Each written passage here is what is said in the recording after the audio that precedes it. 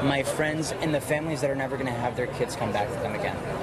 That motivates me every single day, and it will never be a deterrent for any reason. Nothing could bring me down being reminded every single day of the horrific things I saw, and hopefully no one ever has to see ever again. Student survivors of the Florida school shooting are taking their push for gun reform on the road, boarding buses headed to the state's capital to meet with lawmakers. Busloads of students leaving Coral Springs today, nearly a week after a gunman stormed their South Florida school, killing 17 people. It has to be more difficult for somebody who is mentally ill and disabled like him to acquire weapons of mass destruction, weapons like an AR-15. Nearby, more funerals were held today. Among those being remembered, Peter Wang. The reserves trainee was posthumously accepted to his dream school, West Point Academy, and was awarded a Medal of Heroism from the U.S. Army.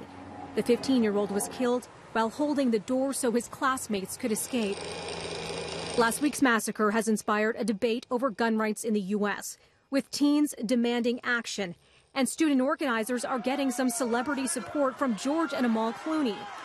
The Never Again movement thanking the famous couple on Twitter after the Clooneys said in a statement they were inspired by the courage and eloquence of the young men and women from Stoneman Douglas High School. The Clooneys say they're donating $500,000 to the cause, and they're planning to take part in March for Our Lives on March 24th.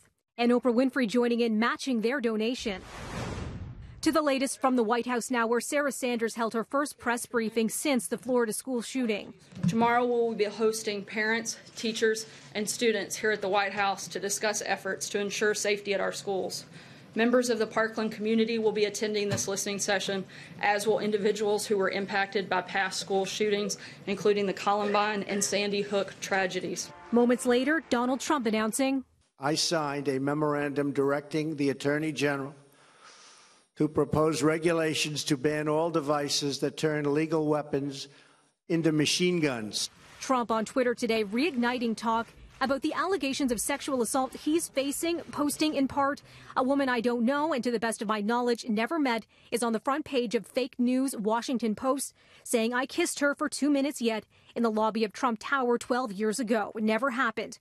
Who would do this in a public space with live security? Trump referring to this woman, Rachel Crooks. She is one of at least 19 women who've accused Trump of sexual misconduct. Crooks says Trump forcibly kissed her in Trump Tower. She's already told the story a number of times, and now Crooks telling the paper she'll keep telling her story, hoping someone will finally listen. Crooks says the unwanted kiss happened in 2006. Now, months earlier, Trump was recorded saying by Access Hollywood that when it comes to beautiful women, he just starts kissing, doesn't wait. When you're a star, they let you do anything.